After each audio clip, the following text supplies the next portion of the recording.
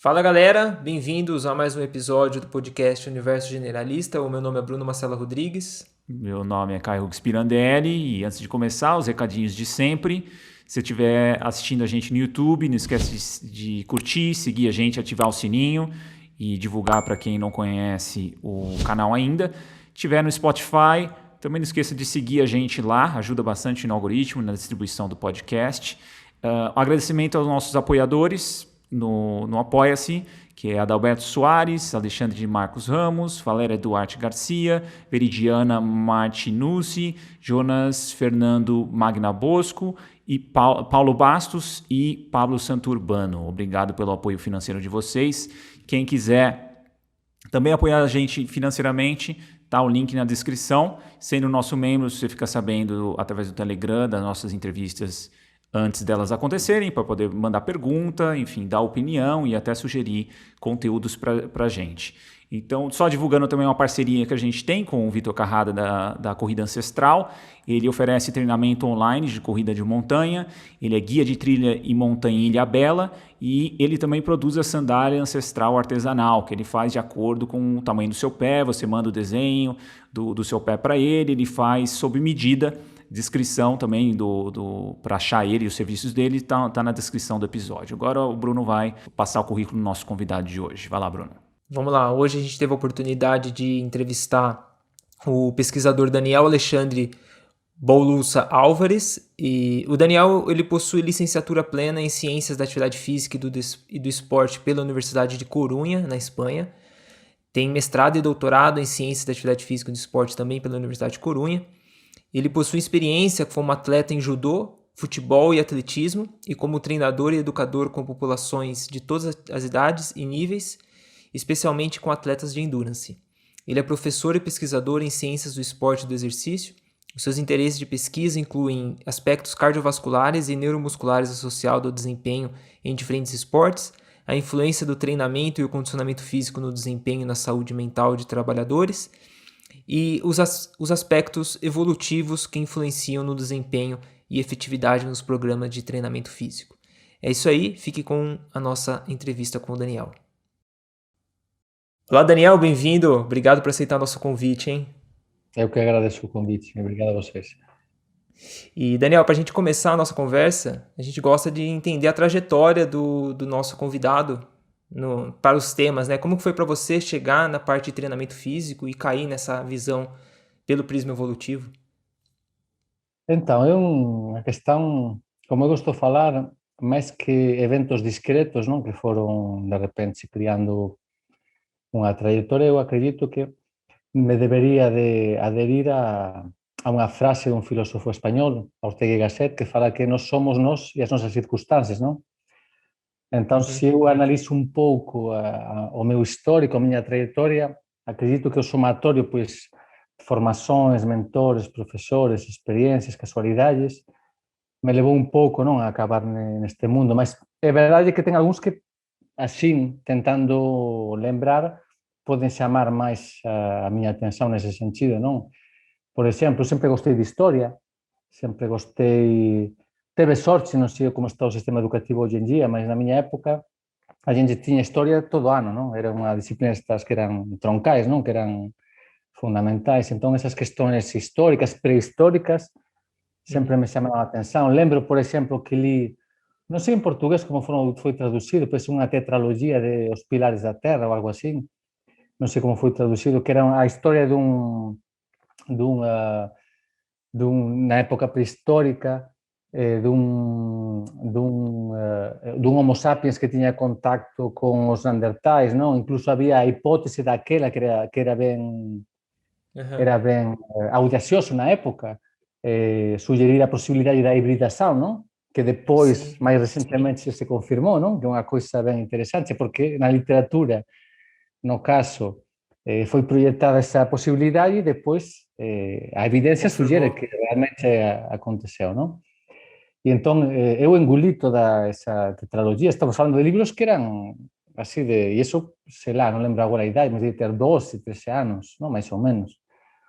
Então essas coisas te vão metendo, não? No assunto.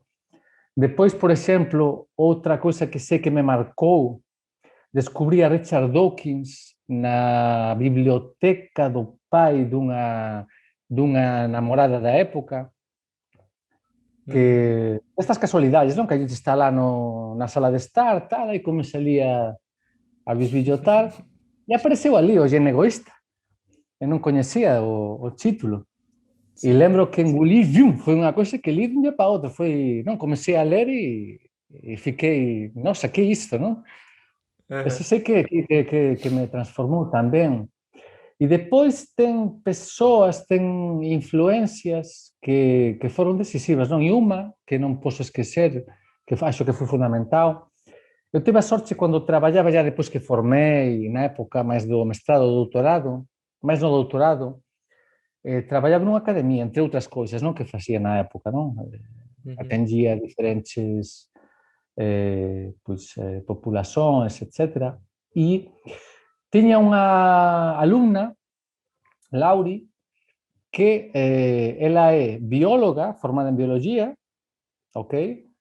E imaginen unha persoa que na época pois, tiña 40 e moitos anos, que foi atleta de elite de handball, competiu pois, na España, estamos falando, competiu na Holanda, por aí.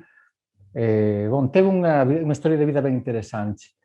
E a miña sorte é que coñecí ela como alumna. E eu, na actividade que tratei con ela, era un programa que era de treinamento para preparar o concurso de bombeiro, que na miña región, na miña cidade, é dos máis pesados de España, se non o máis pesado, unha cousa absurda, é tipo, se é atleta de elite é aquilo, non, porque ten que nadar, ten probas de forza absurdas, é como unha mistura de strongman con atleta de endurance, con velocidade, unha cousa ben maluca, se falo agora das probas, asusta.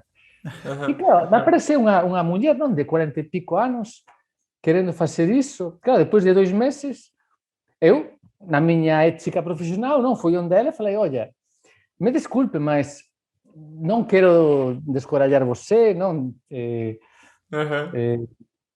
falar que non debería, tal, mas eu acho que as súas chances son mínimas, non tal, non? Entón, claro, ela abriu o jogo aí, e o jogo que abriu foi que ela estaba formada en biología e no seu coñecimento, nas súas leituras, o que estaba enxergando era que buscar un estímulo de treinamento dese tipo, ok, sería bon para a saúde dela, porque ela foi diagnosticada con mieloma múltiple aquisente, que é pois, un precáncer que ten a ver con a función hematológica, non? A medula, etc., o sistema inmune. E na percepción dela, facendo como un análise non, das evidencias, o bon que era se juntou nela a biología con un histórico de atleta ben extenso, porque tamén nadou moito e treinou moito, non? E ela me abriu o jogo, tipo, oye, no final das contas, o meu objetivo non é ese, non é ser bombeiro da cidade. O meu objetivo é aproveitar isto como un estímulo novo que me dé saúde, que me dé outros estímulos para o meu organismo reagir, non? E eu, claro, eu fiquei así porque comecei a estudar a doença e unha das coisas que me preocuparon é que a doença, entre outras coisas, fragiliza o tecido óseo. Entón é un risco, porque imaginen, no noso treinamento tiña treinamento de forza, con cargas elevadas, etc. Agachamentos. Só que, monitorando, acompañando, vimos que non.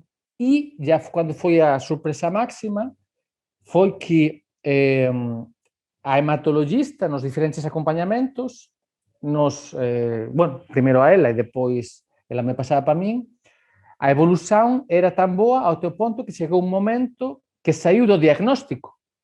É como se regrediese esa condición de precâncer. E, nesse contexto, a gente puxaba moito ese tipo de conversas evolutivas, non? Do sentido da nosa biologia, que é o produto do histórico da nosa especie e dos ancestrais, de como iso molda, non? A nosa adaptabilidade a según que estímulos, non? E tudo iso, e isto é un pouco difícil de explicar, mas coincide con que eu, no mestrado doutorado, claro, estudaba moito, obviamente, e moitas das cousas que estudaba pois, tiña a ver con fisiologia do exercicio, fisiologia do treinamento, como son as adaptações do treinamento, por exemplo, un modelo de treinamento que existe para pesquisar e entender que é o modelo concorrente, que é a mistura de força con endurance, que é o modelo clásico, só que na real, treinamento concorrente sería cualquier coisa. Sería misturar estímulos que poden ser antagónicos, non? Entón, como a gente tenta optimizar a dosagem de exercicio para que esa mistura dê máis unha sinergia positiva do que unha sinergia negativa. E coincidiu e percebi que nesa luta por tentar conciliar e desenvolver unha metodoloxía no treinamento que era para bombeiros, policiais tamén, en que tiña conteúdos de força, de endurance, de velocidade, de agilidade, etc. Eu tiña que brigar con iso e moito diso viña ao encontro das conversas que tiña con Lauri. Que legal. Então, aí foi onde comecei un pouco a construir, non? Estamos falando, pois, se eu defendi a tese en 2009, estamos falando, pois, entre 2005 e 2009, non? Que aconteceu tudo iso. Un outro step coincidiu na miña etapa final, antes, ou acho que foi depois do doutorado, que foi falando con ela mesmo tamén, se publicaron unha letter ao editor, unha carta ao editor, nun periódico que casualmente hoxe en día sou editor, mas na época non tiña nada a ver con ele, que é o International Journal for Physiology and Performance, e falaban de que o modelo polarizado, que acredito que lle escutaron falar, non? Basicamente, resumindo moito, é un modelo polarizado en esportes de endurance, onde sabemos que parece que treinar maior parte do tempo, 80%, por exemplo, do tempo, a intensidade moderada baixa, e o outro 20% restante, a intensidade máis alta, non? Dá mellor resultado nas adaptações e no desempeño do que outras combinações de distribuição da intensidade do treinamento, certo? Entón, publicaron iso nun artigo con remeiros, eran atletas de remo. Aí, discutindo con ela, saiu tamén esa conversa, non? Mas isto debe ter un link con o noso histórico evolutivo, non? Porque a nosa fisioloxía, no fin das contas, vai ser máis responsiva aos estímulos que, entre aspas, mimeticen o ambiente ancestral. Basicamente, eso está máis claro na saúde, non con a mismatch a hipótesis que ten a literatura, mas en desempeño non estaba tan claro esa hipótese. Eu peguei esa hipótese, coincidiu que na época estaba en contacto con Fabio Nakamura, que é un pesquisador brasileiro que agora está en Portugal, que traballa moito con desempeño, comentei con ele, e junto con outro pesquisador español resolvemos escrever unha carta ao editor, non? Simplesmente jogando ali a idea. E mandei a carta, só que para a miña sorpresa a carta demoraba, non, a ser procesada, porque unha coisa normalmente que a ciencia é, você envía a carta, eles procesan, publican de repente con a resposta dos autores ou non, ás veces ligan os autores, e como esta non era batendo, era simplesmente acrescentando, non, un pouco a perspectiva, pois non era de esperar nenhuma resposta dos autores, non? Só que aí coincidiu, isto foi depois da miña defesa, non, foi no ano seguinte, agora caiu a ficha, así porque lembro que recibi as probas, as galeradas, as probas de impresión, o día que voltei da miña primeira viaxen no Brasil, depois que pasei no concurso e que iba a traballar depois, non? Entón, isto foi decembro de 2010, agora caiu a ficha, agora consegui lembrar. Que de facto foi o día que nasceu o meu segundo fillo, foi unha noite así ben diferenciada. Cheguei do Brasil e nasceu o meu segundo fillo. Pois aquele día recibi esas probas de impresión e me chamou a atención que os editores convidaron a varios pesquisadores tope da miña área para comentar, para facer como unha discusión, non? Estaba a nosa carta e depois outras tres de outros pesquisadores tope, tipo Alejandro Lucía, John Howley, esta galera tope, comentando aquela idea, non? E eu, claro, fiquei así, tipo, agora entendi por que demoraron tanto, porque fixeron como unha mesa redonda, non? En cartas ao editor e tal. E ficou, por enquanto morreu aquilo, non? Depois foi na época que eu vim para o Brasil, que pasei no concurso na Católica de Brasília, e comecei a trabalhar. Eles concordaram, na resposta às cartas, eles concordaram com a sua visão. Ok, concordaron, mas ao mesmo tempo complementaron con outras hipóteses, non? Uns, por exemplo, que falaban máis do que a especificidade do treinamento, outros falaban máis desde o ponto de vista da especificidade da fadiga asociada ao estímulo, non? mas no fim das contas era un complemento á hipótese. Tudo ben, pasou o negocio, eso non fixese que morrese o meu interese, só que eu cheguei no Brasil, claro, me tive que adaptar. Pude ser doutor, orientador de posgraduación, profesor, todas esas demandas non que ven aí no pacote.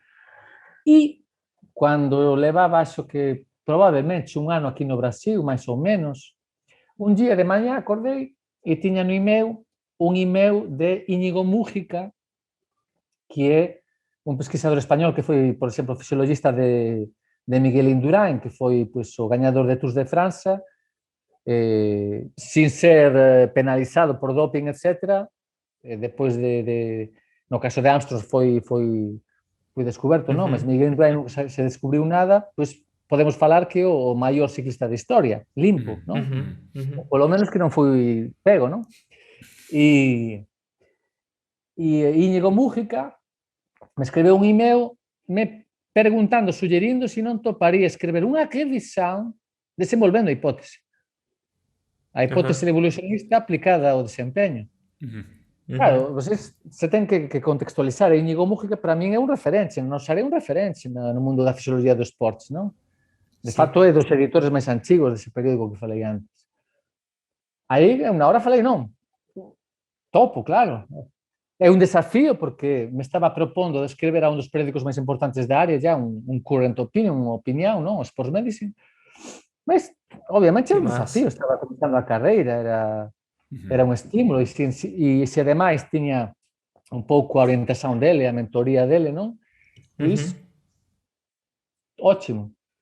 E aí comecei a traballar e, obviamente, non esqueci dos meus batepapos, das miñas conversas na sala de musculación con Lauri, non? Entón, convidei ela, que non é académica, estaba fora do medio académico, só que con a brincadeira acabei enrolando ela en algúns artigos, non? Porque é unha persoa que realmente ten unha capacidade, é incrível, é interesante, porque é unha persoa con unha capacidade intelectual ben acima, como eu falo, ela é un produto do sistema español de educación que eu teve a sorte de pegar os últimos 2 anos, cando mudaron, non, a reforma educativa e demais, só que ela pegou a época forte, non, dos anos 70, que era unha xeración dos anos 70, non? Entón se formou nos anos 80. Entón, a persoa con unha base moito boa de cultura geral, de formación non só científica, mas tamén humanística, estudou biología, e ademais disso é unha persoa que ten necesidades intelectuais, non? Entón, claro, tamén con a colaboración dela, pois, escribimos esa revisión, desenvolvendo un pouco máis a hipótese, e para a nosa sorpresa, sometemos e chegou cun minor revisions, que é unha cousa con un periódico que hoxe en día ten aso que un factor de impacto de 2, unha cousa así. Na época, aso que tiene un factor de impacto de 5, 4, unha cousa do tipo, non? Porque con o tempo aumenta o factor de impacto, mas que era, na época era a revista máis pesada da nosa área, non? Que legal. E lembro que un dos revisores, eran 4 revisores, lembro que un dos revisores escreveu, non, pode ser publicado do jeito que está escrito, imaginen ler iso, non? Nossa. Mas tamén é verdade que a gente fez moitas rodadas. Eu lembro que era escrever con moito cariño, non? Tipo, cada liña pensada, reescrever, ler, complementar, tiro isto. Depois, cando fomos someter, tiña unha versión, imagine, non lembro agora as palabras, mas se aceitaban até, non sei, 3.500 palabras, a gente tiña unha versión de 6.000 palabras.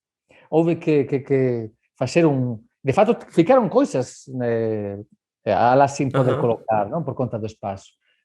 Que son moitas veces a galera non saben ciencia, a formatación dos artigos moitas veces castra aos autores, non? Na posibilidade de poder comunicar.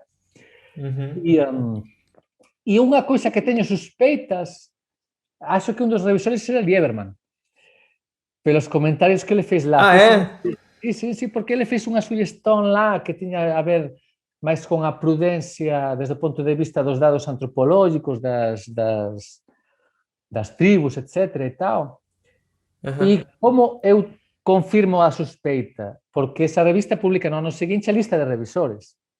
E Lieberman estaba no ano seguinte na lista de revisores do periódico. Entón, ten moitas chances de que fose ele un dos 4 revisores, non? Que é unha coisa que me dixo ben tal. E depois, nada, foi publicada a revisión, teve a súa visibilidade. Eu lembro que a gente pois, até saiu un pouco na mídia, non sei o que, tal, non? Porque é unha cousa así que xoca, non? Un pouco e Sim, demais. sim. E iso, en certo modo, tamén me motivou, non? Como treinador, porque eu na época treinaba, depois na miña carreira académica treinei só algúns atletas isoladamente por unha questón de que a academia te sigue, non? Tempo e energía, etc. Mas non deixei de treinar de tudo. E esas ideas, esas noções, tentei de alguma forma seguir aplicando. Producimos un comentario a máis sobre a falliga, por exemplo, na secuencia, que foi, agora lembrei que era un dos materiais que sobraron da versión preliminar, que non poderon entrar, Uhum. naquela versión da revisión, e desde aquela, pois, en certo modo, nas miñas aulas de fisiologia do exercicio, do esporte, sempre tento un pouco colocar aquela visão para os alunos, non? Para que eles teñan esa noção de que iso existe, non?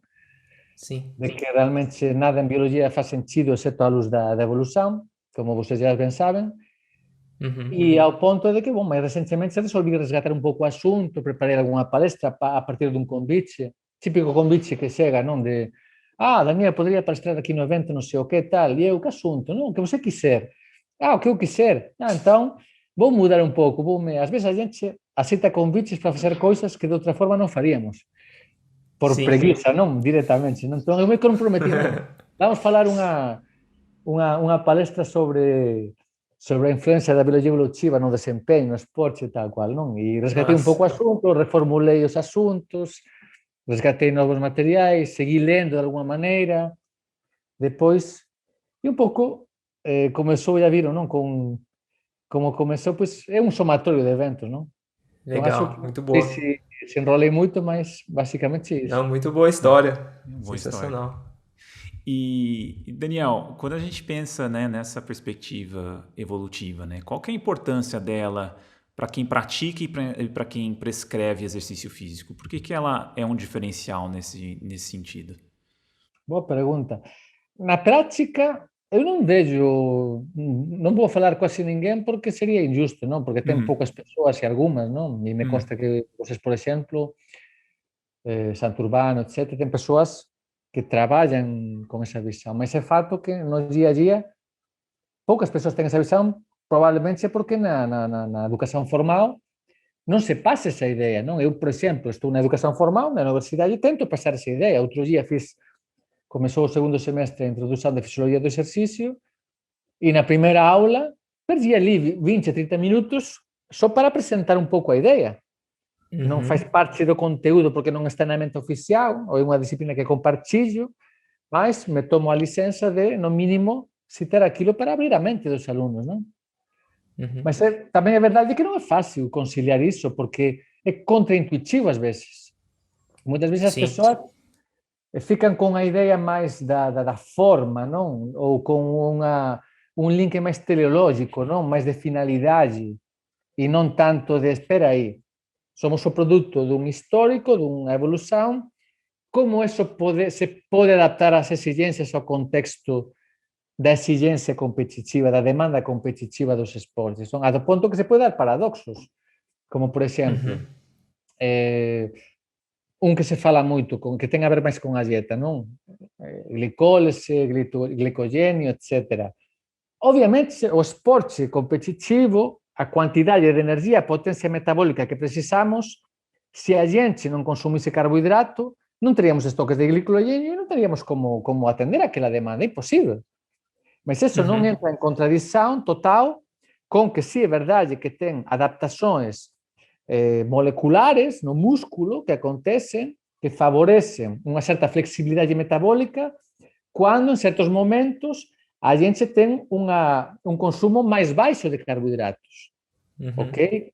Mas eso se pode conciliar. Eu posso treinar cando o treino non é exigente con pouco consumo de carbohidrato, mas cando preciso de carbohidrato, pois porque teño un treinamento intervalado ou porque teño que competir, etc., obviamente vou consumir moito carbohidrato porque preciso disso. Entón, ese tipo de questões, como van contra o pensamento, son quase contraintuitivas ou precisan dun pensamento máis elaborado e precisan de ter uns coñecimentos máis variados, non? Pois un pouco de nutrición, un pouco de biologia, un pouco de, ás veces, de física, etc. Escutei outro día o profesor Neves, non? Cando falaba da crítica de transdisciplinaridade, non? em Sim, multidisciplinaridade. Então, infelizmente, hoje em dia estamos num mundo que é muito especialista. Uhum. Então, isso acaba com que as pessoas pensam tecnicamente, aplicam um conhecimento que é técnico, que é virado para um contexto, uma realidade, uma solução específica, mas infelizmente, por formação, por histórico, por necessidade, por própria motivação, não se preocupam às vezes de complementar essas informações, de ser mais generalistas. Uhum. exato. Sim, é um questionamento nosso constante da Exatamente. academia, né? É um problema, porque é fato que o sistema não está bem, o sistema educativo. Uhum. Aham. Eu posso falar, eu fico assustado com como chegam os alunos desde os ensinos de nível inferior e acaba que a gente, claro, tem que descer mais abaixo todavia. Sim. E E é isso, curioso, né, Daniel? Porque essa questão da biologia evolutiva, ela é um centro muito grande que ramifica para outras áreas, né? Então é como se a gente tivesse que estar dando uma base muito forte para uma coisa que deveria já ser bem construído antes, né? Porque se a gente está tem falando de que ser ver com o humano, histórico, as escolas de pensamento. Eu posso falar sim, por mim, porque eu faço questão, porque eu identifiquei essa importância, também pela sorte que conheci uma pessoa que me ajudou a desenvolver isso, exato. ok? Uhum. Unido ao meu interesse, pois a minha necessidade intelectual de buscar conhecimentos e do gosto também por esses assuntos, não? Etc. Mas posso entender que pessoas que não têm essa oportunidade, esse contexto e que o sistema educativo formal não oportunizou, que não tenham Não tem. essa possibilidade. E no momento que têm informações que aparentemente são contraditórias, também não criam, não atraem para que as pessoas busquem esse conhecimento. Porque Uhum. parece que é contraintuitivo, não? Uhum. Sim, sim, sim. E Daniel, olhando assim para falando mais especificamente sobre essa questão de prescrição de exercício ou de entender a atividade física humana, como você enxerga a importância de observar o estilo de vida caçador-coletor ou diferentes culturas também muito não muito opostas à nossa, mas culturas e estilos de vida mais próximos da nossa ancestralidade? O quanto que é importante a gente observar para esses povos para entender o contexto mais próximo ali do Uhum. ser humano. O que você acha que é importante esses estudos? A gente precisa dar um olhar mais especial para eles? É importante porque nos vão a dar uma ideia aproximada do entorno no que nossos genes se adaptaram, se desenvolveram. O que acontece? Por um lado, temos a evidência arqueológica, etc., que eu outras veces brinco se non estamos nunha pseudociencia, no sentido de que estamos hipotetizando, Uhum. deducindo, mas é difícil ter certeza do que realmente aconteceu, sendo que, ademais, ten unha grande variedade de contextos diferentes que mudan con o clima, etc. Non? Entón, e depois que ten características fenotípicas ou genes, etc., que poden seguir en frente sin ser realmente adaptativos, sin dar unha vantagem, porque non penalizan o suficiente como para se perder, non? Uhum. Entón, Uhum. é difícil, por un lado, pegar esas informações desde o pasado no presente, asumindo e aceitando que están adulteradas tamén os estilos de vida, non? Porque obviamente se ten un contacto con o Sim. vida accidental, etc. Sí que é verdade que poden servir de referencia. No caso da saúde, iso é obvio, ou polo menos para mí é muito claro. Porque tem tanta saúde, tanto problema de saúde e de doença cardiometabólica? Pelo sedentarismo.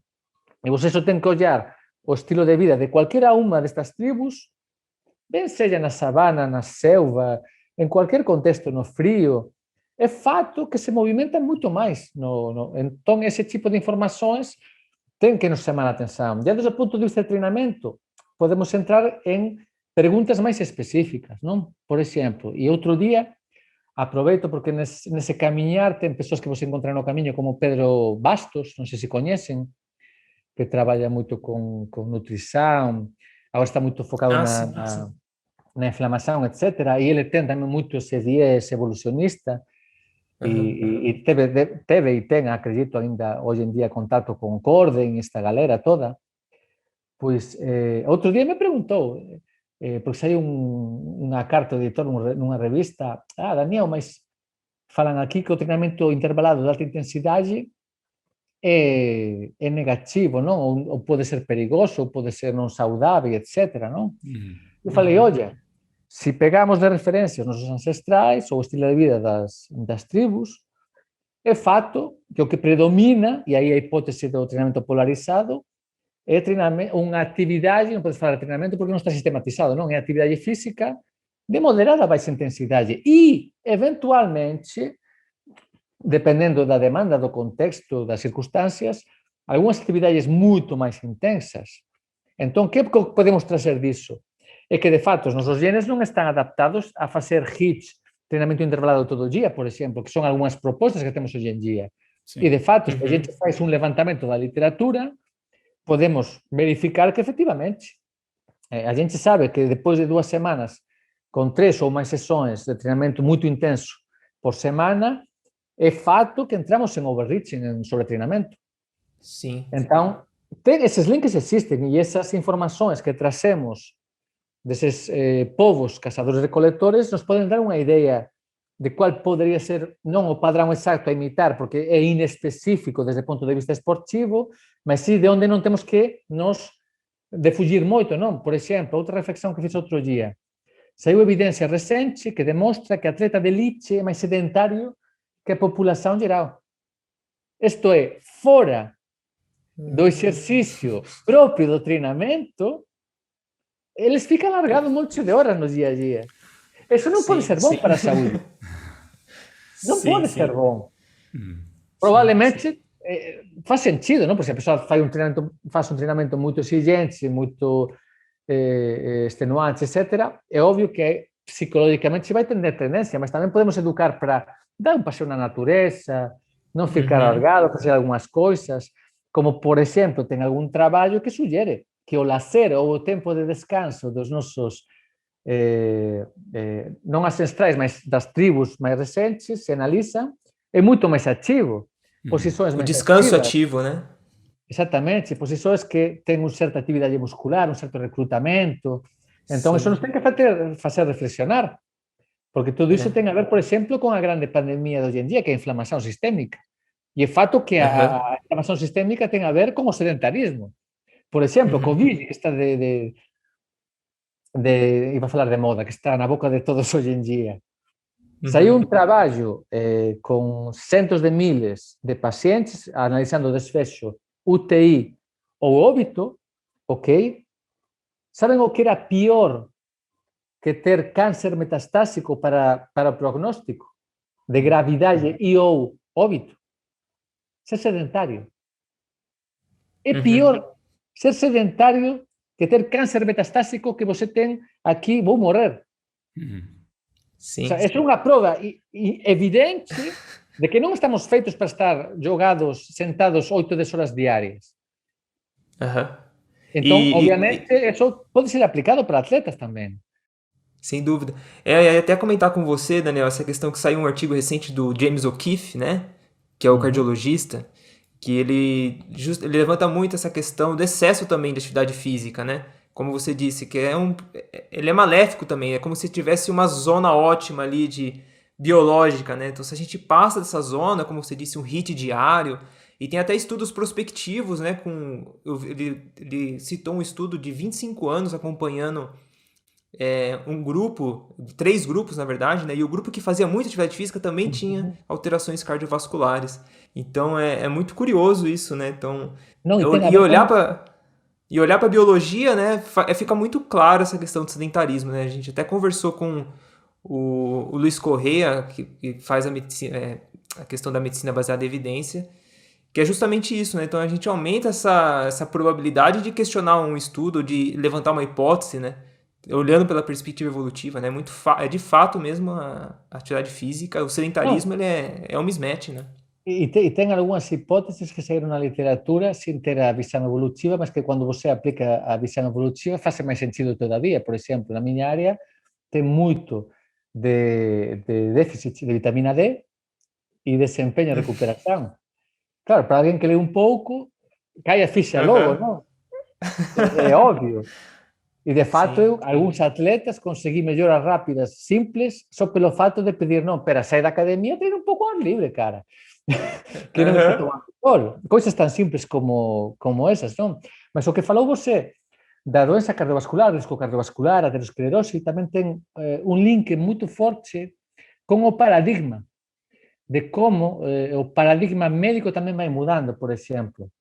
O paradigma que predominaba desde o punto de vista da aterosclerose, qual era? Pois o exceso de grasa, de gordura, ok? Que hoxe sabemos que ven todo dunha grande mentira, de algunhas pesquisas, de intereses comerciais, etc., non? Como acontece tamén hoxe en día. E hoxe parece que está máis claro que o ateroma, a aterosclerose, ten moito a ver con a inflamación crónica. E nesa inflamación crónica está o estilo de vida. E aí voltamos unha vez máis ao estilo de vida dos nosos ancestrais. Mas o estilo de vida inclúe non só que actividade física eu faço, non? Mas tamén o que non faço e o que como. Okay? Que aí tamén ás veces é bom non esquecer que é unha cadeira de varias patas, non é só unha das patas, non? E desde o punto de vista do que você falou é interesante porque é moito errado e moito frecuente no mundo da educación física pensar, quanto máis mellor, non? Por exemplo, se vende moito. Treinamento de força é bom. Treinamento de força é bom, non? Entón, automáticamente as persoas asocian. Non, eu teño que estar grande, fortão, etc., porque vou estar máis saudável. Non, ten un efecto teto. Ten unha dosagem a partir da qual você non vai experimentar máis melloras. E ten unha dosagem acima da qual, se você continúa, e aí temos o principio da locação biológico, non? Se especializando, vai a criar un desequilibrio orgánico que vai a favorecer a aparición de doenças. No caso, por exemplo, que hoje están de moda especialidades esportes de endurance, de ultra endurance, estes atletas están en níveis, en dosagens, en quilometragens, além do que os caçadores-recoletores facen no dia a dia. Então, é fato que os nosos genes non están preparados para iso. E, muito provavelmente, iso que non está pesquisado, porque ten moita evidencia con estudos de baixa cualidade, estudos agudos, non? Mas unha das hipóteses que estaría por confirmar, mas que faz moito sentido, é a atleta de endurance está con inflamación crónica, mas cronificada, entre outros moduladores, non só por un exceso de consumo de carbohidratos, etc., ou alimentos procesados, tamén por exceso de exercicio. Exceso oxidativo, por tanto, de inflamación, e unha inflamación dunha prova de ultraendurance dura 2 semanas, non a brincadeira, non dura 2, 3, 4 días. Entón, eso de forma repetida acaba criando un ambiente de inflamación que hoxe sabemos que está na etioloxía da aterosclerose. Entón, claro, é fato que tamén podemos resgatar a referencia do estilo de vida dos nosos ancestrais ou dos cazadores-recoletores para falar, espera aí, será que eu, se paso destes níveis, não estou também cometendo um erro? Exatamente. E acho que tem a questão também do descanso ou dessa parte de lazer, né? De que hoje a gente está isolado em apartamentos, em casas, né? E o processo de descanso, né? Numa outra cultura, ela é de forma coletiva, né? Então você está sociabilizando o tempo todo, você está conversando, você está sentando, você está andando, você sempre tem atividades em paralelo a fazer, né? Eu acho que ritmo circadiano, por exemplo. Exato. Viver com a luz do sol, não? Uma coisa que eu gosto muito aqui de Mato Grosso do Sul é que ten 1 hora a menos e, en certo modo, houve unha discusión, me consta, há un tempiño para mudar iso, para alinear con o Brasil, mas un dos argumentos que usaron algúns médicos foi, non, espera aí, a galera está vivendo con a luz do sol.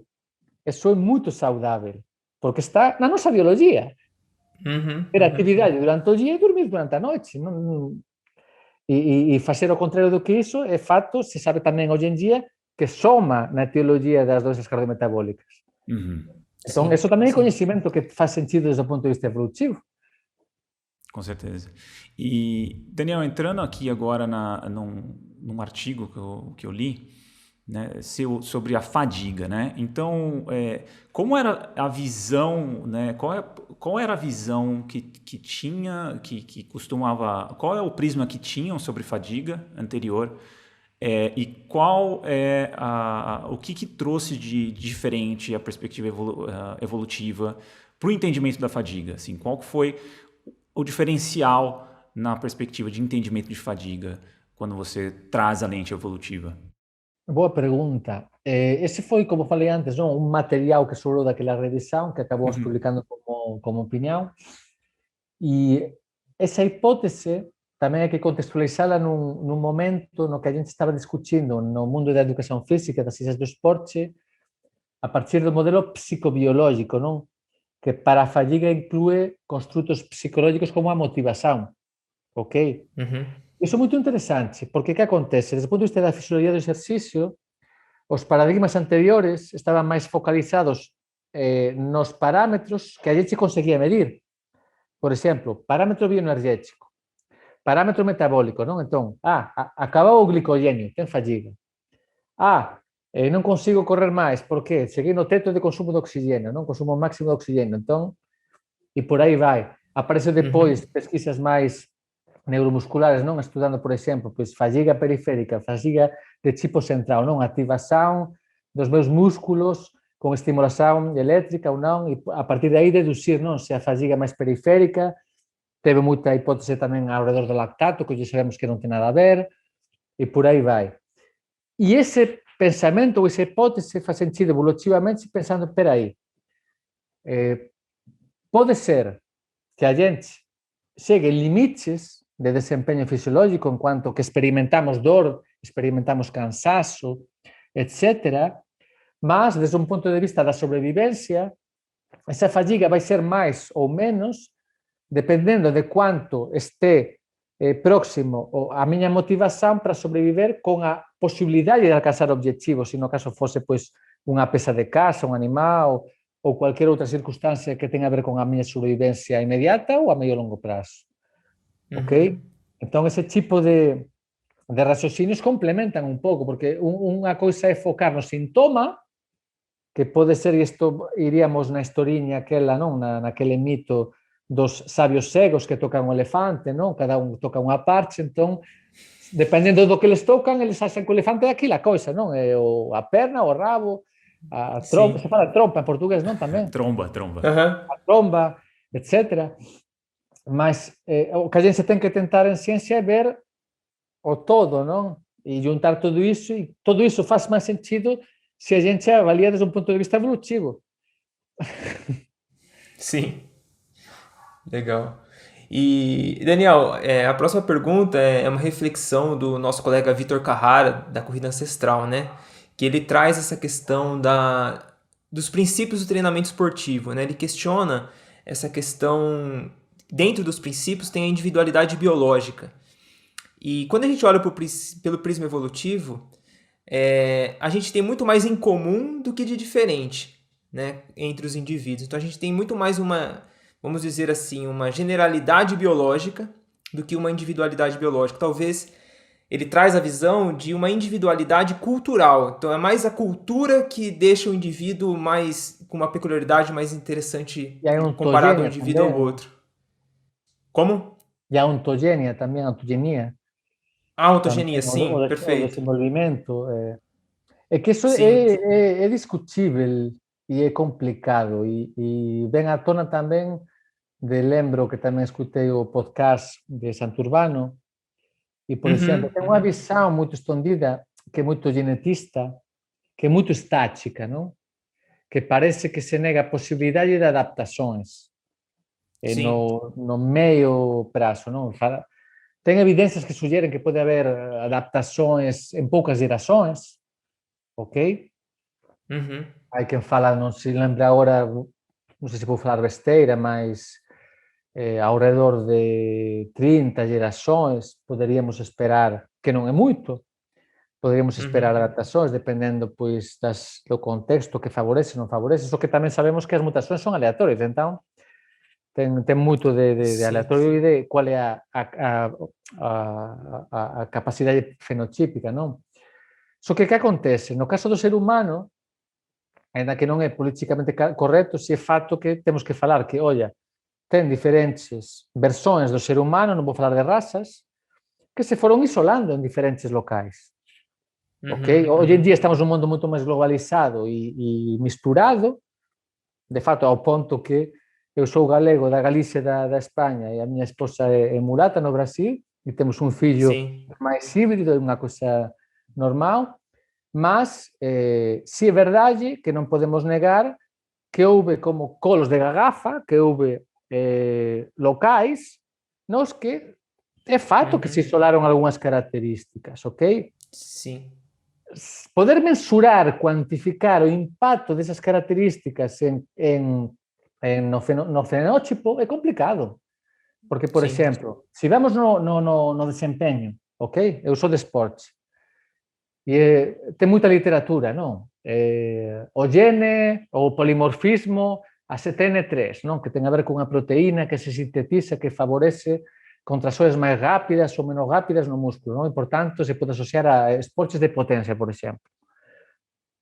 Mas vamos lá, o desempeño en cualquier esporte é multifactorial.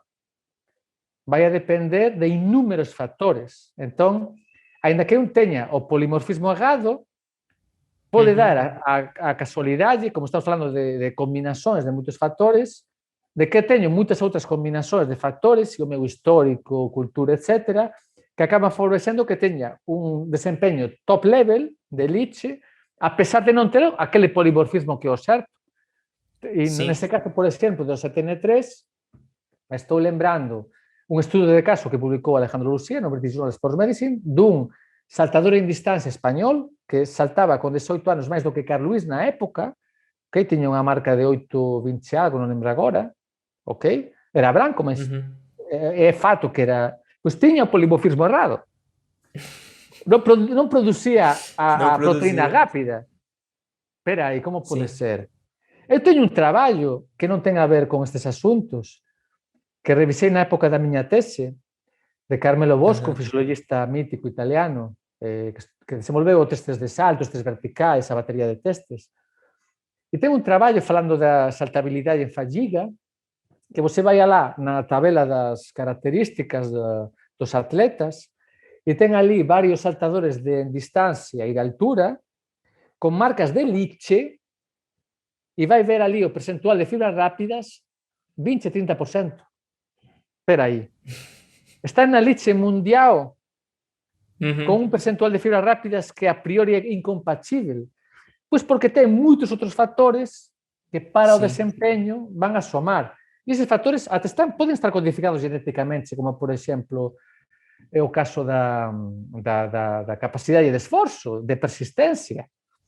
Aham. A preguiça, olha, sabemos que ten genes envolvidos na preguiça. Eu devo Aham. ter o gene da preguiça, me reconheço muito preguiçoso, ok? Sim. Mas o somatorio é o que acaba dando, junto con o contexto, e aí volto na miña fala inicial, non? Eu son eu e as miñas circunstancias, a que favoreza ou non que aquilo de certo ou non. Por exemplo, por que Sim. keniatas agasan nas competições ou etíopes? Porque neses países, se você sai na elite do atletismo, resolve a vida súa e de 2-3 gerações. Uhum. Uhum. Ese non é Uhum. máis nun país desenvolvido. Entón, eso tamén Uhum. soma, obviamente, e pode Soma. estar influenciado non por questões genéticas. E depois, dentro da genética, já para complementar, ten outra idea que eu acho que está moito esquecida, ignorada, ou polo menos non escuto porque é máis estatista, non? A idea antropológica, que é a epigenética. E a epigenética para min é fundamental, por qué? Porque eu non conseguiría explicar a versatilidade do ser humano para sobreviver en cualquier contexto se non fose pola epigenética. Porque a epigenética é aquela condición na que nos conseguimos, dependendo do ambiente que están os nosos pais, os fetos e inclusive durante o noso desenvolvimento na infancia, de activar ou desactivar determinados genes. Olha que Uhum. maluco. Uhum. Temos Uhum. o polimorfismo aquele, temos aquele gene, o que for, mas se vai activar ou desactivar por mecanismos químicos, metilação, etc., dependendo do ambiente, do entorno que rodeia ou aos pais, ou ao desenvolvimento fetal, ou ao próprio Sim. desenvolvimento da criança. Então, temos aí um outro fator que estava sendo ignorado, que já Lamarck já cantou na época, e obviamente Darwin e todo o que veio depois deixou non como esquecido, ignorado, porque parece que non batía, mas isso tamén existe. A função Uhum. ou a necessidade tamén faz com que, en certo modo, tenhamos unha certa capacidade de nos adaptar, de adaptar o fenótipo às necessidades do ambiente. Sim, eu estava conversando com o Caio antes, né, dessa questão do quanto o ser humano realmente ele ele é muito resiliente, né? Ele é muito adaptável. Só para a gente observar os ambientes que a gente conseguiu explorar, essa questão já é bem respondida. Mas em relação ainda à questão dos princípios, né, do treinamento, o que a gente tenta levantar também é essa questão da importância de trazer um olhar da importância do generalismo humano, né, de movimentação. E aí sim a gente poder colocar essa individualidade do esporte, né, da cultura, um salto em altura, por exemplo, ou um arremesso e tudo mais. Então, é como se a gente primeiro tivesse que nutrir essa nossa generalidade biológica, que muitas vezes é restrita, né? Então, se a gente pensar até alguns modelos de treinamento, o foco é muito na especificidade e não tenta trazer Sim, uma visão essa mais ideia concordo generalista, né? máis. Esa ideia concordo máis, Aham. no sentido de que o famoso principio de especificidade se pode non cumprir, como por exemplo no modelo Isso. polarizado. No modelo Exato. polarizado, a Sim. gente sabe que temos que treinar máis nas intensidades que non son as competitivas para poder competir mellor nas competitivas. E de facto Exato, é exato. un erro moito frecuente que acontece en persoas menos experientes ou con menos formación, cando treinan que, non, se eu teño que facer iso, vou facer iso con máis frecuencia, non? Errado. Ás Uhum, veces o que você uhum. ten que facer é separado, diferente, variado, e só tocar máis específico quando está realmente preparado e nos momentos certos. Isso, exatamente. Que é Essa é a un ideia. pouco, resgatando esa ideia, ten a ver con o que eu discutía na época de Lauri na academia, cando treinaba os bombeiros. Eu tiña un conflito, tiña probas que eran moito glicolíticas, que demandan moita enerxía pela activación da glicólise rápida, ok, produción de lactato, etc. Mas eu, por outro lado, tiña evidencias da fisioloxía do exercicio que eu vía lá, espera, onde ten menos conflito para desenvolver as dúas capacidades se faço ou aerobio moito leve, moderado, con as adaptacións específicas, ou se faço forza moito máis intenso, con esforzos máis breves, menos glicolíticos. E iso vai ser o que me permita ter unha sinerxía máis positiva, a pesar de que é máis inespecífico da proba que me exixe, no caso, os testes do concurso, non? E na Uhum. práctica, testamos ese modelo que viña de certas evidencias na fisioloxía do exercicio e funcionaba. Eu lembro, sempre falo, teve sorte que os primeiros que treinei, como quebrei moito, un pouco non moito, a cultura que viña de atrás, non? De como se treinaba, moitos non acreditaban, achaban que era maluco. Qual foi a miña sorte? Isto é verdade, porque a veces é cuestión de sorte. A miña sorte foi que no primeiro concurso, que era de policiais dunha cidade que era do lado, os dois primeiros, primeiro e segundo, treinaban con a gente.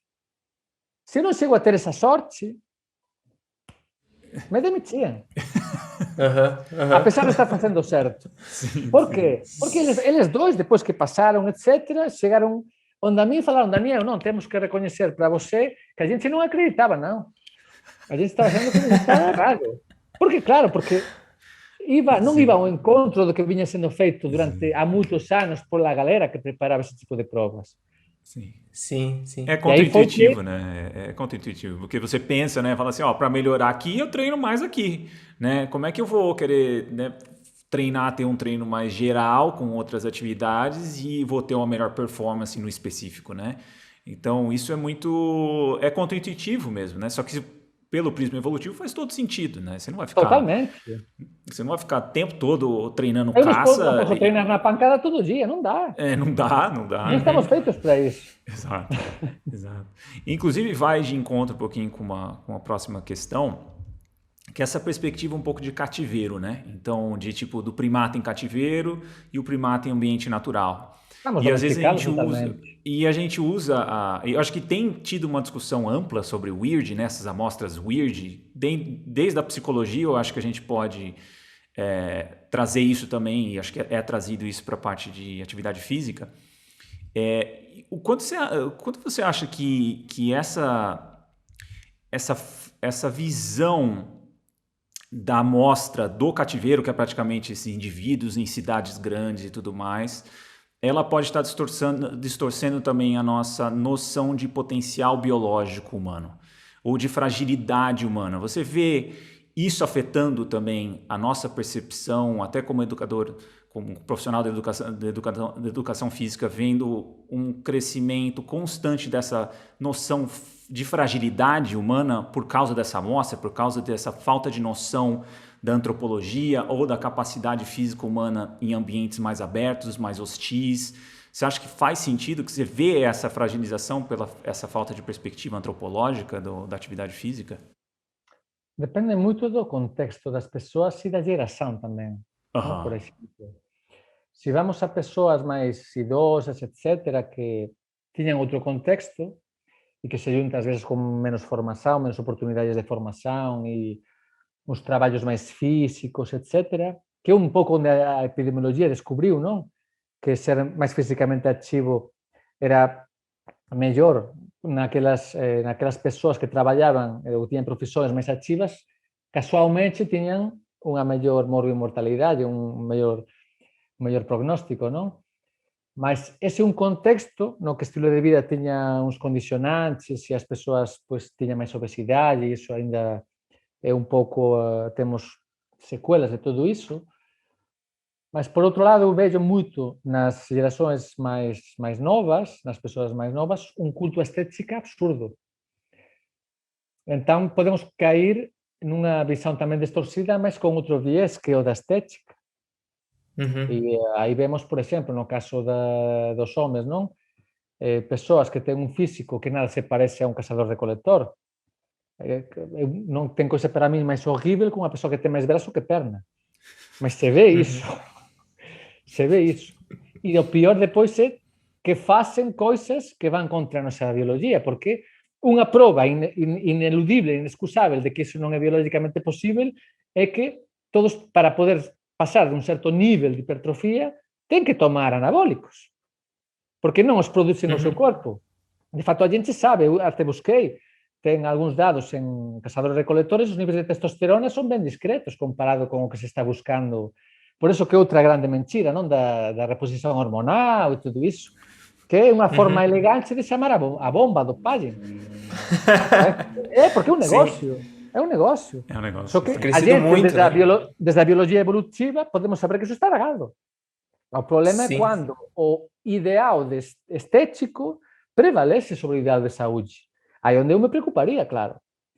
Porque é fato que você vê fotos de caçadores-recoletores, estão magrinhos, algum pode ter um pouco de barriguinha, não? Outros um pouco mais... Tem os típicos, não? Os que são mais dominantes, menos dominantes, tal, tem diferentes arquetipos, mas todos estão... Dá para ver que estão magros, não estão obesos, dá para ver que têm uma certa massa muscular, uma certa massa magra, mas não é aquela coisa de culturista, não? Que se busca hoje em dia. E a prova é que, claro, a dieta e os anabólicos que hai que tomar para poder chegar nesses níveis están ben longe do que a nosa biologia, e iso é unha cosa que me preocupa, porque tanto como de perigoso é a fragilidade por un exceso de sedentarismo, pode ser este exceso de anseios estéticos que levan a níveis, e aínda máis en organismos que non ten histórico atlético ou esportivo, porque se ve moito persoas novas hoxe en día que nunca fixeron esporte, mas que están nesa pegada. Eu, por exemplo, me chama moito a atenção. Às vezes vou na academia, treino lá, eu fiz atletismo, futebol, judô, sempre fui fisicamente ativo.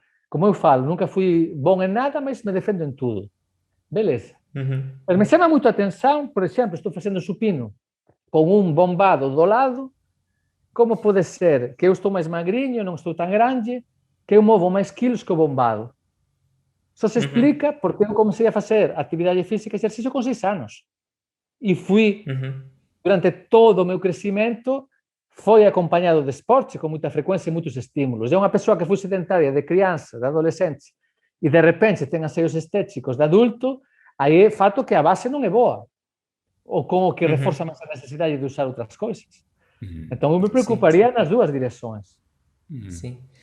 Ainda na pergunta do Caio, Daniel, tem um antropólogo que chama Peter McAllister, e que ele tem um livro que chama Manthropology, que ele tenta trazer alguns dados arqueológicos e até de caçadores-coletores de um possível bom potencial de performance no passado comparado aos sapiens de hoje, né? Tanto que ele traz um artigo de uma pegada de 46 mil anos na Austrália, em que Uhum. provavelmente o indivíduo estava correndo ali numa superfície lamacenta com 37 quilômetros por hora.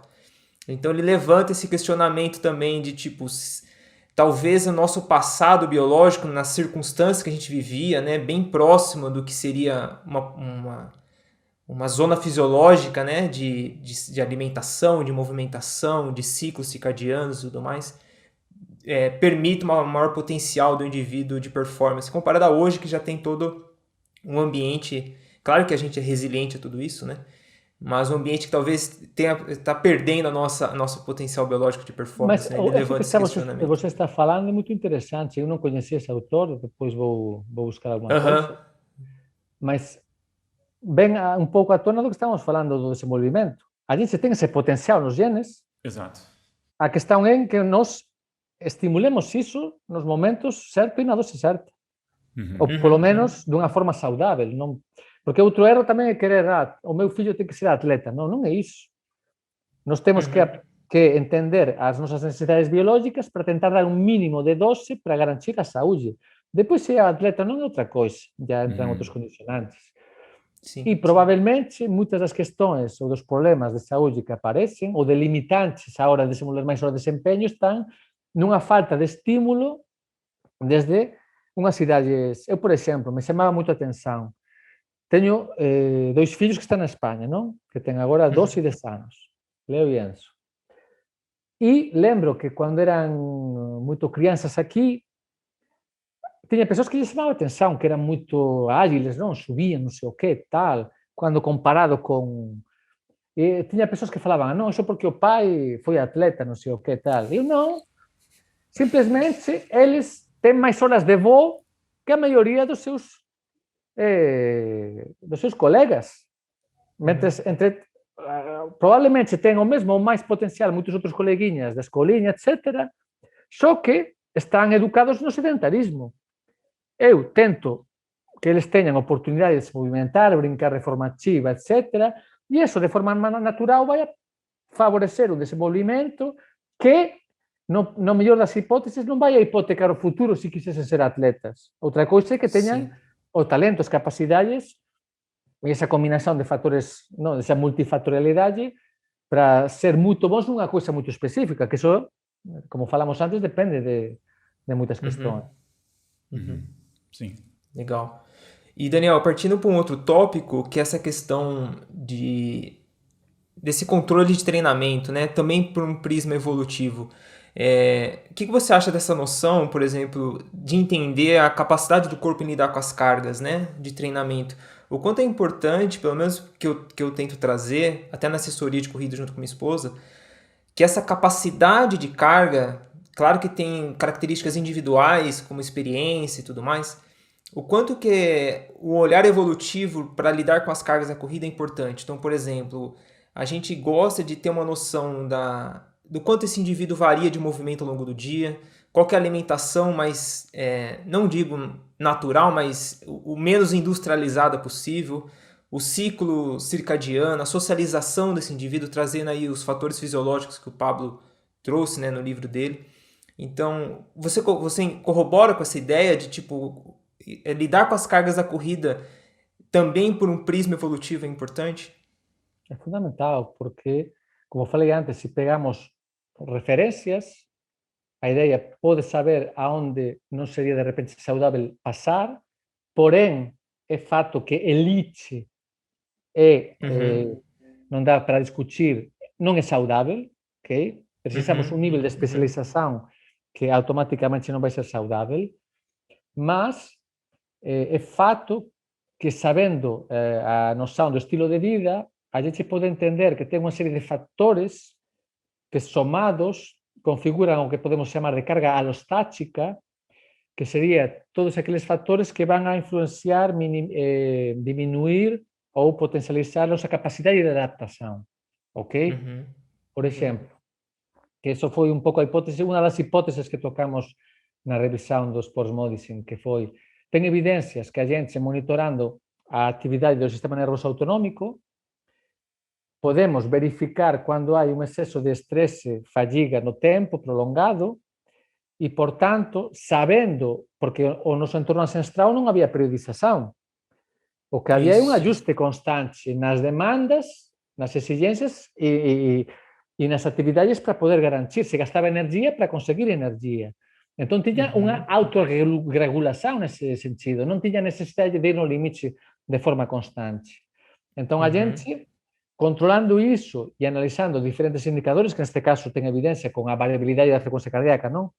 Que felizmente é un instrumento que coñezo e que ten a ver con a actividade do sistema nervoso autonómico, mas pode ter outras tamén até máis subjetivas, como escalas de estrés, etc., que a gente, se considera todos esos factores que van a estresar ao individuo, van a mermar, limitar a posibilidade de adaptación, porque a gente non ten como... Isto ten a ver, cando falei de carga alostática, con o termo de alostasis, non? Que sería a adaptación mediante o cambio, mediante a mudanza. Ten unha noción clásica tradicional de adaptación do estrese que ten a ver con a perca e a supercompensación e todo iso, e na real a gente está mudando constantemente. A questão é como se comunican todos os sistemas fisiológicos para na mudanza se adaptar de forma sistémica. E iso, tendo esas noções e tendo un pouco algunhas referencias de como é o estilo de vida ancestral, podemos ás veces colocar un pouco freio ou non. Por exemplo, a atleta, se ten que traballar, é fato que a energía, o estresse que vai demandar o traballo vai a mermar a capacidade de adaptación. Por eso que é inviable un atleta olímpico, por exemplo, se ten que traballar, se non é bolsista, non ten unha ayuda do goberno, non estará competindo en igualdade de condições. Ya quen é de outro nivel inferior, que ten que traballar mesmo, mas se quere desenvolver mellor ou se adaptar mellor ou correr máis, o que for, o esporte que for, a gente sabe que se ten que responder á demanda, ao estresse do propio traballo, vamos a ter que dosar de outra forma a demanda do treinamento, porque non temos como nos adaptar a todo ao mesmo tempo, responder a toda esa demanda ao mesmo tempo. Sim. Okay? Entón, ese tipo de noções son moito importantes, ao ponto que hoxe sabemos que menos é máis. Ou no pain, no gain é mentira. Ou é verdade con anabólicos e comendo 3 quilos de frango por dia. Exato. E, Daniel, uma pergunta aqui. Você acha que o futuro da educação física está na individualização do treino e da prescrição? Deveria. Deveria estar nessa... Em nutrição já se fala. Ok? De fato, tem a sorte que nutrição tem alguns...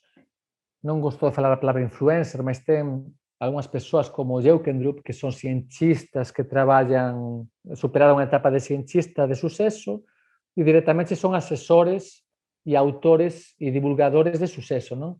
Então, conseguem, com um bom fundamento científico, passar algumas ideias, algumas noções. E ele, por exemplo, colocou na discussão pública a necessidade de individualização da dieta, o que se está derivando en moitas modas que están ao redor das dietas, non? Desde a que ten con a microbiota hasta, sei lá, todo iso que está circulando por aí.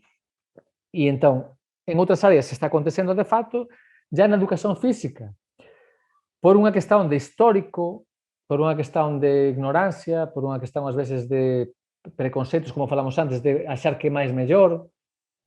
Infelizmente, eu acho que falta un pouco. Mas é fato tamén que cada vez máis ten unha comunicación máis fluente entre a ciencia e a realidade e o campo e os profesionais, e eso comeza a ser superado, a entender que ás veces, usando algúns instrumentos de avaliación, de monitoramento, podemos individualizar mellor as cargas, por exemplo. Ok? Entón, concordo, só que a única dúbida que teño é se de fato eso vai acontecer e ser geral no futuro imediato. Tem uma questão de custo, né? Acho também nessa parte de individualização aqui, né? Tipo, então, mas porém, quando a gente pensa, talvez, né, refletindo aqui, quando a gente pensa em atividade física coletiva para escolas, enfim, para crianças, eu acho que uma margem de segurança é o histórico evolutivo humano, né? Então, acho que você trazer atividades gerais com variações, né? Com variações de... Brincando, né? Brincando é exatamente isso, né? Já dá essa base boa para o potencial biológico, né? Então, se a variedade de atividades ela meio que é uma garantia de recrutamento competente para alguma atividade física. Então, acho que o treinamento geral, né, generalista, eu acho que é o mais. E é isso, eu acho que é a brincadeira, né, para a criança deixar subir em árvore, jogar bola, correr, cavar, enfim, o que se No, o meter a fazer. componente lúdico, non? É É isso. fundamental. Porque ás veces a gente pode estar facendo algo que é pensando en criar unhas bases para no futuro construir outra coisa, mas no momento que conseguimos colocar o ingrediente lúdico, ganhamos en aderencia, en motivación, en intensidade da propia Uhum. actividade. Mas iso que colocou das crianças é muito importante, acho, sim, porque eh, non só con o lúdico, pode haber outras dimensões, outras questões que poden ser consideradas, como por exemplo, já non falo de sedentarismo, que é fato que infelizmente as crianças son moito sedentarias, mas pelo fato de que temos evidencias, hoxe sabemos, se analizamos rankings de atletas jovens, júnior, que a especialización precoce non leva ao suceso no alto desempeño de Ó. adulto. Entón, eso vai tamén Uhum. ao encontro do que estamos falando. Hoxe sabemos que Total. aquela crianza, adolescente que circulou por diferentes esportes, diferentes experiencias, etcétera, vai a ter unhas condicións mellores de cando se especializar no futuro, no alto desempeño, de ter suceso, do que o contrario. Entón, Uhum. tamén vai ao encontro do que estamos falando. Exato. Nossa, nossa. E Daniel, assim, pensando em estudos mesmo, ou metodologias de treinamento que são focadas até para atletas de alta performance. Como a gente já discutiu, essa questão de atletas não serem saudáveis já é meio que consenso nosso. O que você acha dessa questão, do quanto isso é transferível para uma pessoa comum, né? Será que esse caminho inverso é o correto? Tipo, vamos ver um atleta, prescrição de treinamento para um atleta de alta performance, um atleta olímpico, e isso ser transferível para o indivíduo comum? Ou teria que trabalhar com o público, visões diferentes, né? Situações diferentes? Então, sim, não. O típico exemplo disso é a Fórmula 1. Não, a gente sabe que, por exemplo, quando era, agora não tanto, mas na época, quando era a carreira aeroespacial, não? A gente sabe que os avanços só se Sim. conseguían na alta performance, non? Se era pois, aeroespacial, cuántos inventos que chegaron na sociedade civil viñan da área militar, do aeroespacial, etc. Nos carros é o mesmo. Moitas questões que foron desenvolvidas de propósito no contexto da Fórmula 1 chegaron depois nos carros Comuns. normais, correntes. Então, no Uhum. caso do esporte, pode acontecer iso, mas obviamente con adaptações, non buscando o mesmo, e aí voltamos naquela fala de teleologia, mas tamén Uhum. de ficar máis non, espera, temos este conceito ou temos ese instrumento, como podemos adaptarle para dunha forma máis simples, máis tranquila, auxiliar para mellorar a intervención, non? Entón, eu acho que sí, que pode ser. Que agora, claro, había que pensar, porque ás veces ten un viés que a gente ten, que é que como seres humanos temos tendencia a acreditar que aquilo que é máis complexo é mellor, non que Uhum. tecnológicamente máis desenvolvido, máis avanzado, etcétera, é mellor, e ás veces é mentira. Por exemplo, en ciencia critico moito, na miña área está moito na boda, por exemplo, marcadores moleculares, non do exercicio. E a gente, quando vai a ver a reprodutibilidade desses marcadores, desses parámetros que está mensurando, indicadores que ten a ver pois, con expresión de genes ou produción de cualquier proteína, etc. A gente ve que aquele parámetro é pouco reproducível, ten un erro absurdo. Você mensura nun momento, dunha forma, nun contexto, todo controlado, repete, nas mesmas condicións, o mesmo individuo, a mesma mostra tal, e dá un 20% de coeficiente de variación. E depois ten Uhum. medidas máis simples, como simplesmente pasar unha fita na coxa e ver o perímetro, que você faz 100 veces e ten erro de medio milímetro. Se está ben feito, claro. Sim. Entón, a gente moito caen tamén nesa pegada, non? Mas é humano. É um dos Sim. vieses cognitivos que temos, que também é uma herança do nosso evolutivo. Claro. E não, os índios não eram seduzidos pelo espelho, não? Sim, sim. Uma das coisas que eu acabei lendo num dos seus artigos era essa questão da seleção artificial, né? Tipo assim, você acha, então você às vezes pegar como amostra um atleta olímpico, por exemplo, ele pode ter uma característica, ou aquele grupo, né, aquela amostra pode ter uma característica bem atípica em termos de, quando comparado à população, né? E que às vezes imaginar que o resto da população vai se adaptar bem àquele modelo de treino, ou aquela carga, ou aquela capacidade de oxigenação, pode ser um outlier muito grande, que dá uma vantagem muito grande naquele universo, porém, você trazendo para a população em geral, e já é uma característica da alta performance, é essa seleção do fora da curva, né? E que às vezes essa transferência não bate, né, com a outra, com uma amostra populacional mais ampla, né? Então acho que Exatamente, mas aí está também a multidisciplinaridade, ter uma visão um pouco mais ampla. ampla, Seguindo o né? exemplo da Fórmula 1, não adianta eu pegar o melhor motor que tem a Fórmula 1 hoje em dia e colocar no meu Peugeot. Me mato saindo do condomínio. Sim, sim. Não tem como. Então a gente tem que buscar sempre a forma de adaptar e entender que uma coisa é a base genética comum e outra coisa é que essa base genética pode estar potencializada ou fragilizada dependendo da nossa ontologia e do nosso histórico. Porque às vezes atleta de elite tem a mesma genética que você, só que você teve 15 anos de sedentarismo até a adolescência e ele sempre foi estimulado. Então é fato que não vai ter nem a mesma densidade óssea, nem a mesma fortaleza dos tendões, etc. Por aí vai. Sim. E, Perfeito. Daniel, já caminhando para a última pergunta, em que pé que a educação física está no entendimento desse prisma evolutivo? Assim, em geral, você vê isso adentrando o meio acadêmico mais amplamente, ou nos profissionais sendo formados hoje, ou é ainda uma coisa um tanto distante da realidade e acaba ficando mais para pessoas que acabam tendo curiosidade como você teve? A minha percepção é que, infelizmente, é minoritário. Infelizmente. Percebo mais interesse num prisma evolutivo mais na nutrição, na fisioterapia, inclusive, ainda que minoritário também, mas vejo um pouco mais de movimento. Provavelmente é porque tem um retorno mais imediato, mais claro, não? Pela influência desse raciocínio evolutivo na terapia, não? De diferentes patologias. E na nossa área, um pouco por essas limitações que comentamos antes, provavelmente não está, ainda está longe de ganhar um pouco de presença real, não? Então, aí, pois, vou ter que responsabilizar um pouco para tentar trabalhar e, junto com vocês e outros colegas, pues tentar difundir mais essas ideias. Porque, de fato, que estão aí. Pode ser, se é verdade, que trabalhos clássicos, pois os de Corden, Booth, etc., se trazem mais a noção, a necessidade, o raciocínio desde o ponto de vista da saúde, non? A contraposição, non? Sedentarismo, é fato que os genes non van a responder de forma adecuada e, portanto, van a gerar doenças cardiometabólicas.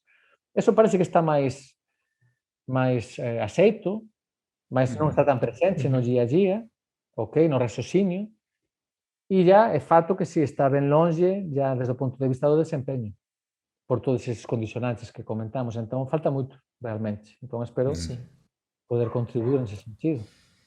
Estamos juntos. Beleza? Legal, Daniel. Obrigado, hein, por aceitar nosso convite. Foi um bate-papo muito massa.